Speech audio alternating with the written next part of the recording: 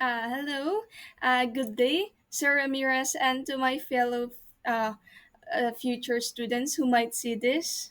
Well, I'm Maribel Maya Catherine City, your reporter for this lesson, and today I'll be continuing my part, which is calculating the range, duration of flight, the maximum height, and projectile launch at a angle. But before that, let's have a quick recap of what we have discussed earlier or maybe in the past reporters. So, I have prepared questions for you or anyone who might be listening to this.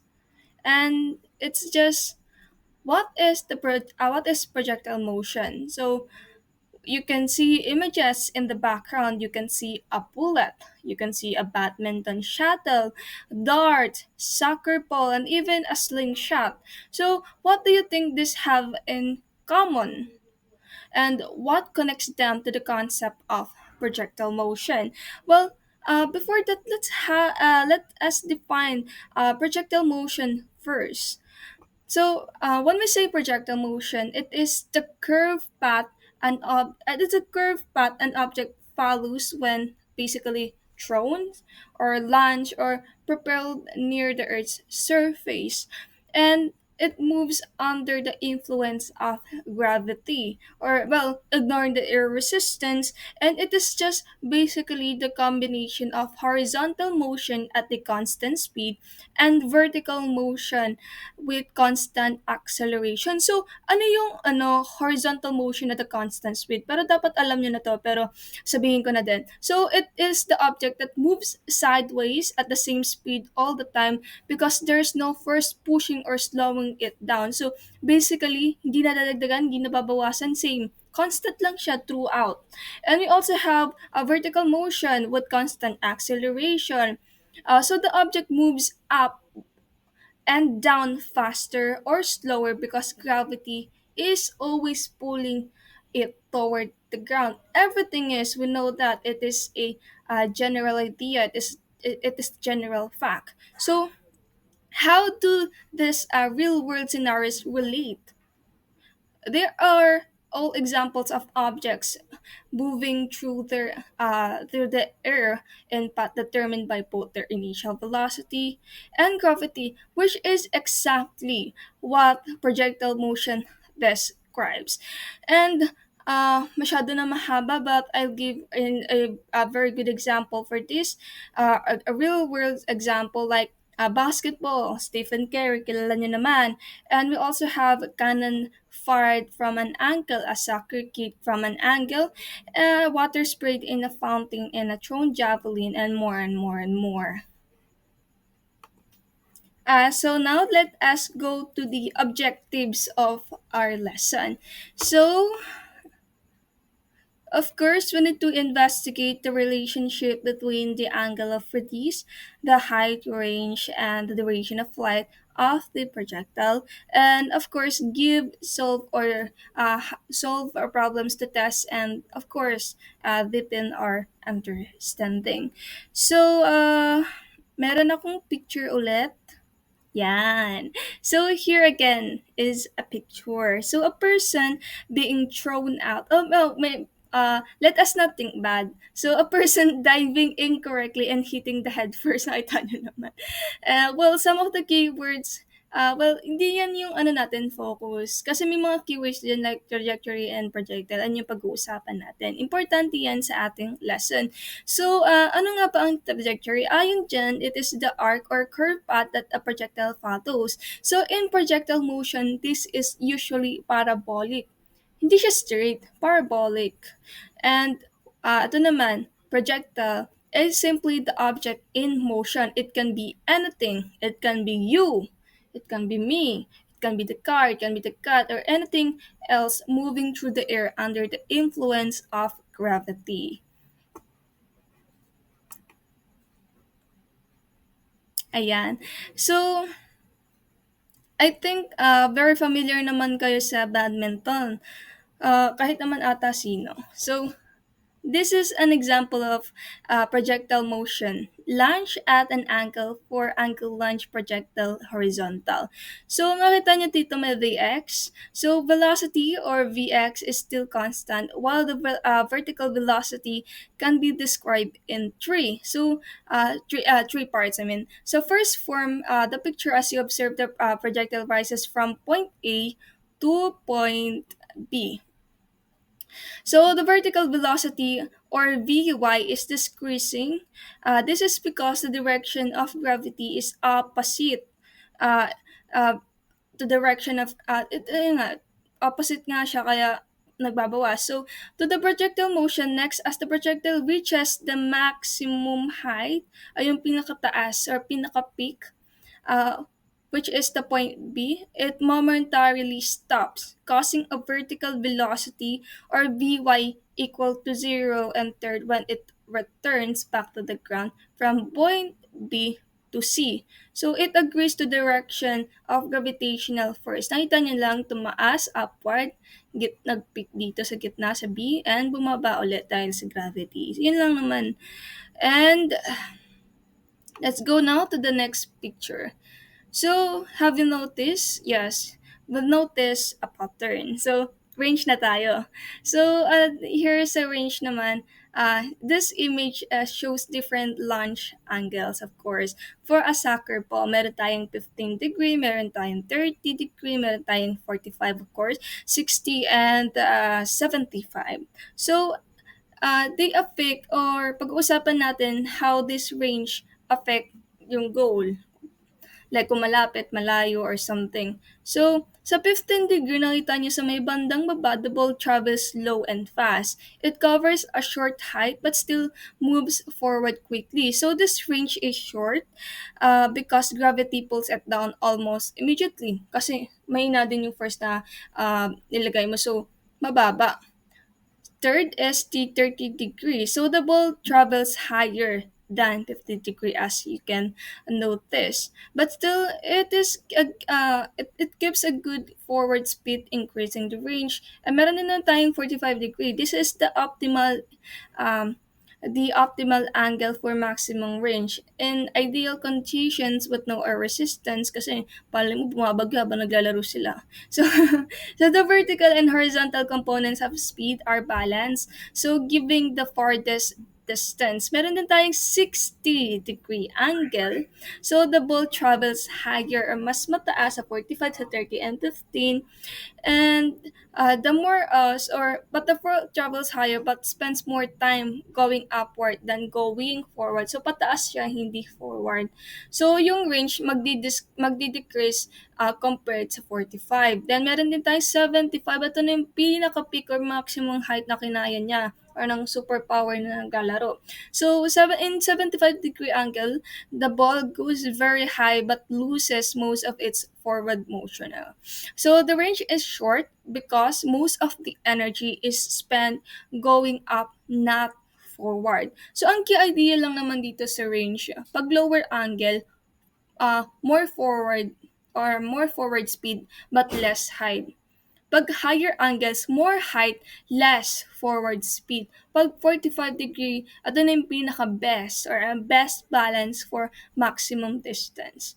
So in summary, calculating the range in soccer, maybe not just in soccer of course, is important to players so they can choose the best kick angle and power to their target, pass accurately, or score a goal.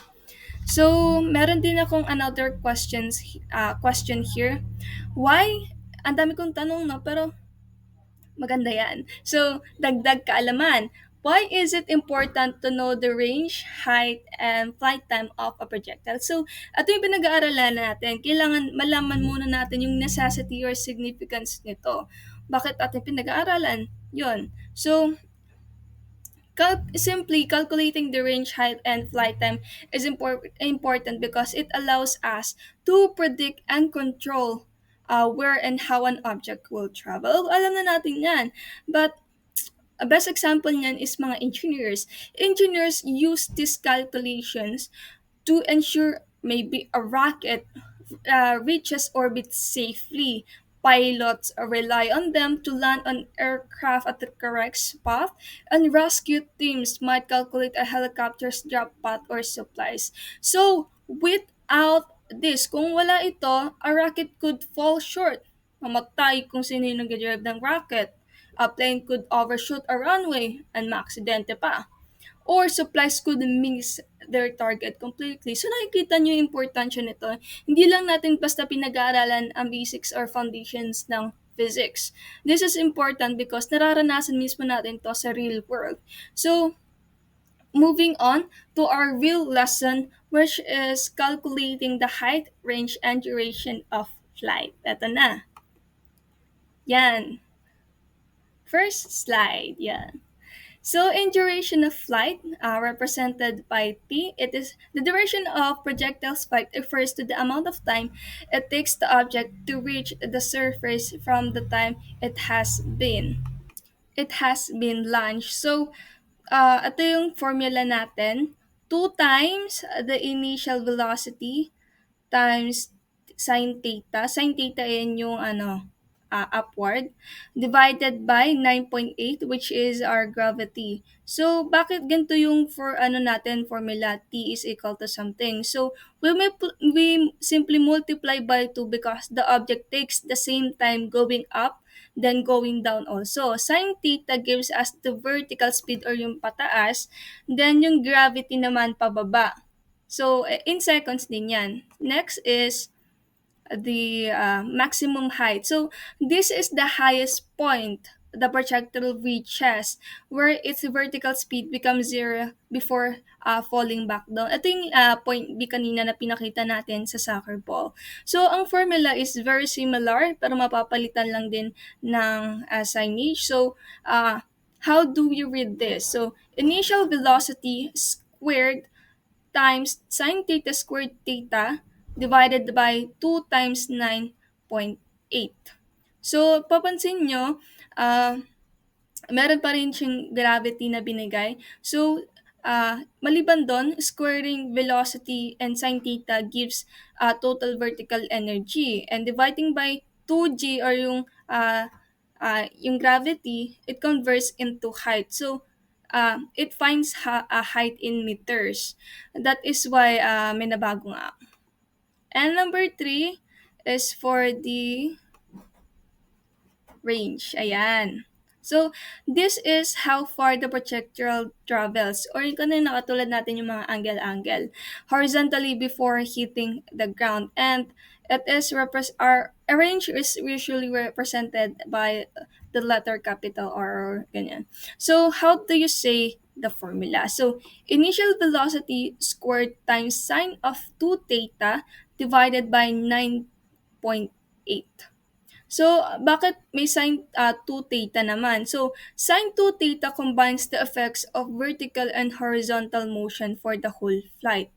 And it finds distance in meters. So, alam na natin yung mga formulas na gagamitin natin. Ngayon, pag-usapan naman or magkaroon naman tayo ng problem solving para mas malinaw kung paano natin gagamitin yung mga formulas na ito. So here we have a problem number 1, wherein we need to find the maximum height denoted by h, capital H, and the horizontal displacement or the range and the duration of flight. So let's read the sample problem. A badminton player executes a high clear. The shuttlecock leaves the racket at an angle of 25 degrees with a velocity of 30 minute per second. So, ito yung given natin, 30 minute per second and 25 degree. So, i-write down lang natin.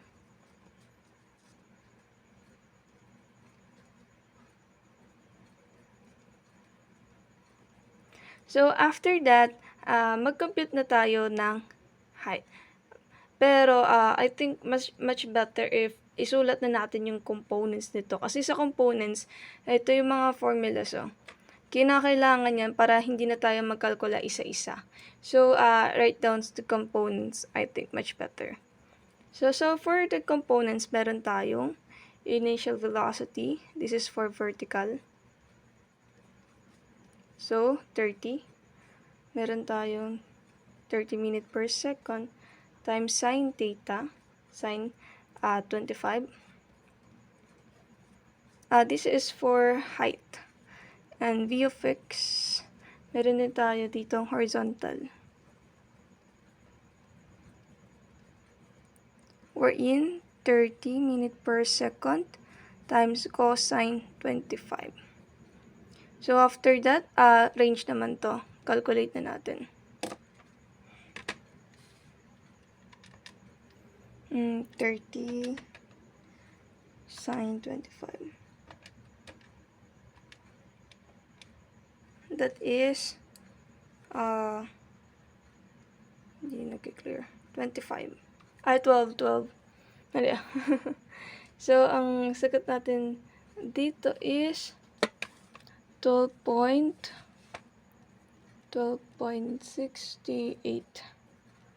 minute per second. Tapos yung isa naman is, gawin lang natin meter. Cosine. So, cosine pala. Cosine. So, magiging 27. 27.19 minute per second. So, 2 decimal na lang po yung kinuha ko para mas mabilis.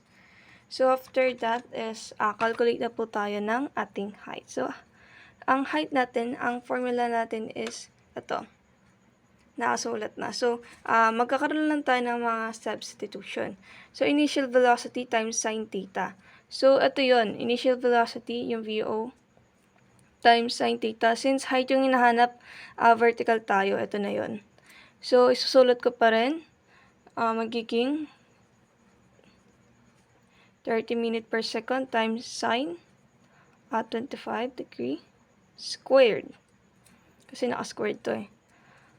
Over 2 times the gravity, which is 9.8 minute per second squared.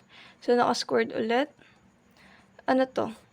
So, magiging, 12.68. I-times nyo lang. So, 12.68 squared, since squared yung hinahanap, is magiging 160.78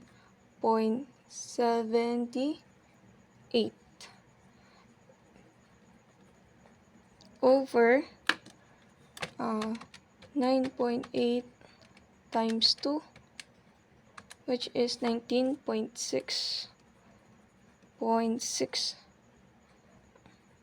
minute per second squared. Then, may nakita tayo dito, cancel. So, height is always sa meter. So, tayo? Meter squared divided by meter is meter. So, magiging 160.78 divided by 19.6 ay 8.2.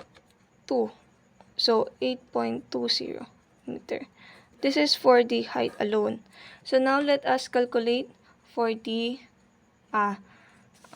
ito na yung height. Meron tayong flight. So, sa flight naman tayo. So, ganun din yung formula po natin, times by 2. So, isa squared, isa ito naman ay times by 2. So, 2 times 30 minutes per second times sine theta. Times sine theta 25 over 19 meter per second squared. So, ano to ulit? 12.68. So, 12.68 minutes per second over 9.8 minutes per second squared. So, times lang natin yung makuha natin dito. 12.68 over 9.8 is equal to 1.29 something, then times by 2, which is 2.59 seconds. So, ito na po yung time of flight natin. Tama na. Then, yung sa range. Hindi nagpakita. So, sa range naman, mas madali yung mga gagawa natin dito is P of x times t or yung duration ng flight natin. So, this is denoted sa horizontal. Ito yung gagamitin natin. So, 27.19. 27.19 times 2.59 which is ito. Nakuha natin sa time. 2.59. So, ang range natin is 27.19 times 2.59. So, 70.42. Naging 70 point. Ulit nga. 27.9 times 2.59. Tama lang, 70. 70.42 meter. So, ang sagot sa maximum height ay 8.20 meter. Sa time of duration of flight naman is 2.59 seconds. And sa range is 70.42 meters. So, ayun lang po yung sa problem number 1. So, let us begin with the problem number 2. So, let us read. A cannonball is launched at an angle of 47 degree to the horizontal with an initial velocity of 44 meter per second. So, hinahanap dito, maximum height, the range, and also the duration of flight. May pusa, baba. So, sulat nun ulit natin yung mga given. So, anong mga given? Ito, 44 minute per second and 47 degree angle. So, initial velocity is 44.0 ms. Then, theta is equal to 47 degree. Our gravity is simply 9.8 meter per second squared. After writing down the given, malabo.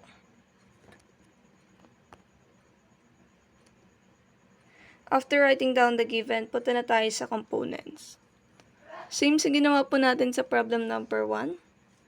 So, initial velocity para sa vertical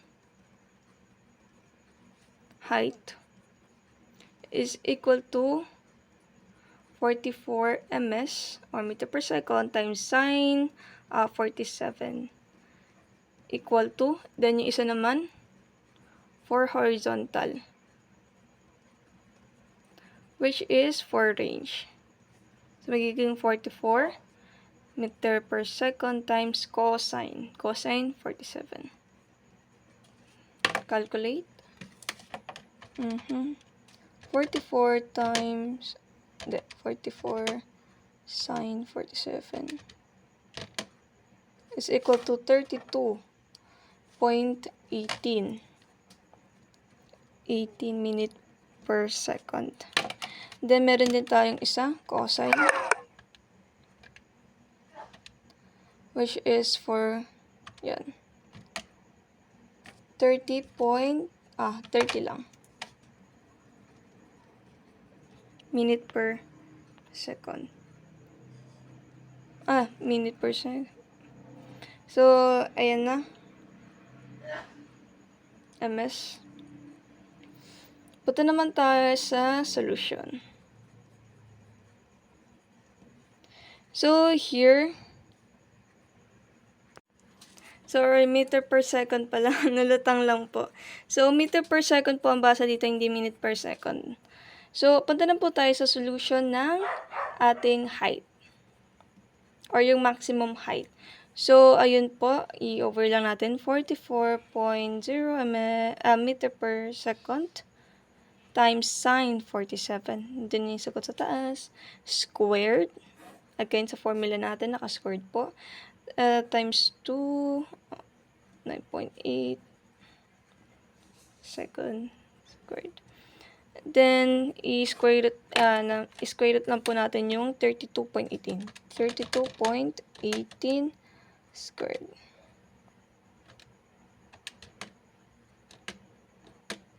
Which is 1,035, 103.5 9.55 um, over 19.6 yung kanina. Kasi 9.8 times 2 is 19.6. Cancel yung sobra. Then, meter per square divided by meter is simply meter na lang. And pag dinivide po natin yung 35.55 divided by 19.6, ang magiging sagot ay 52.83. 52.83 meter. Ayan na yung height. So, punta naman tayo sa duration of light. So, sa duration of light, duration of light multiply by 2. Ito, sa taas. So, 2 times, ayan, 44 pa rin. 44 meter per second times sine 47 over 9.8 meter per second squared. So, ito ay magiging 32.18. So, 32.18 over 9.8. Tapos dito ay may 2. So, ang sagot is 32.18 divided by 9.8 is 3.283 something times 2.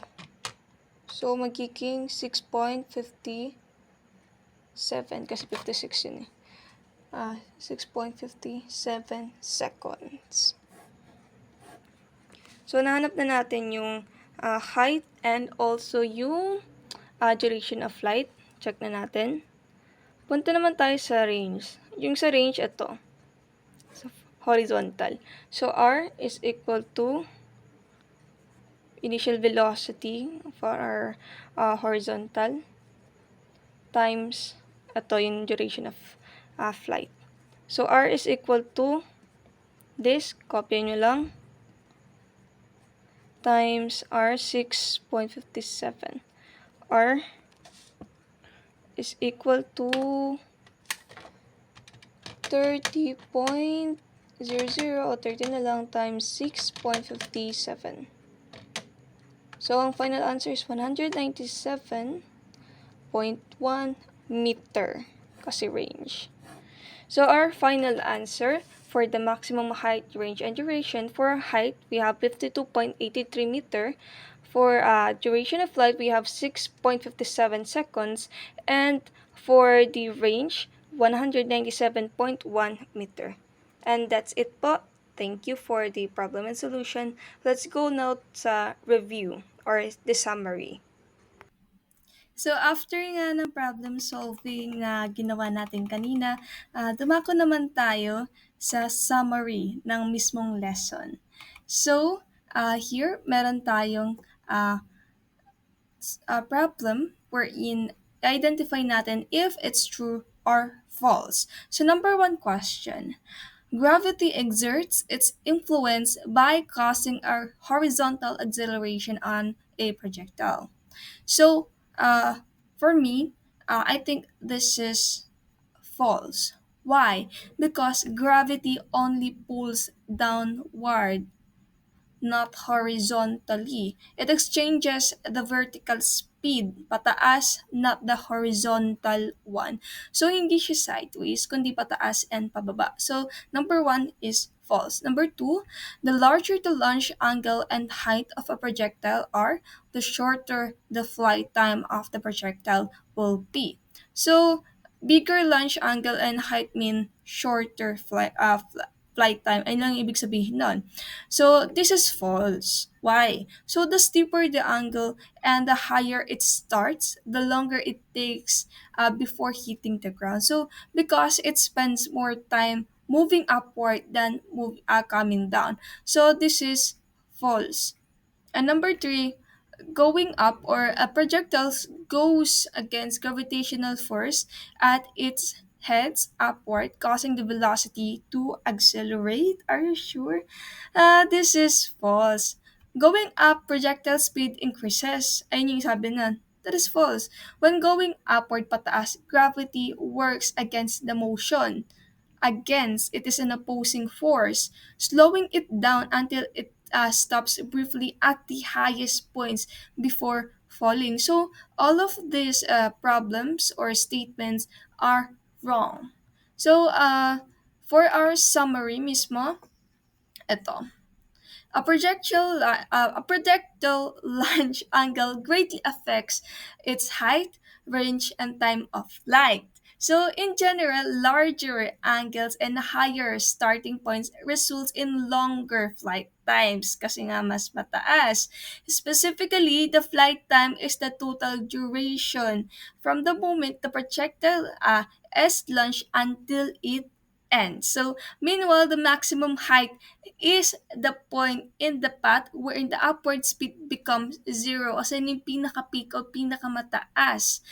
Finally, the range. The range is the total horizontal distance the projectile covers. So, yun lang ang pinaka-wrap up ng ating summary for the calculations ng duration of flight and also the range and maximum height. So, I leave a wonderful quote for you that I have created or sino man nakikinig dito. So, in physics, as in life, the angle of your launch determines how far you'll go. I leave this perspective with you because we have different meanings and opinions about things. So, please reflect and thank you for listening. That wraps up our lesson. I hope you have a wonderful time. Thank you.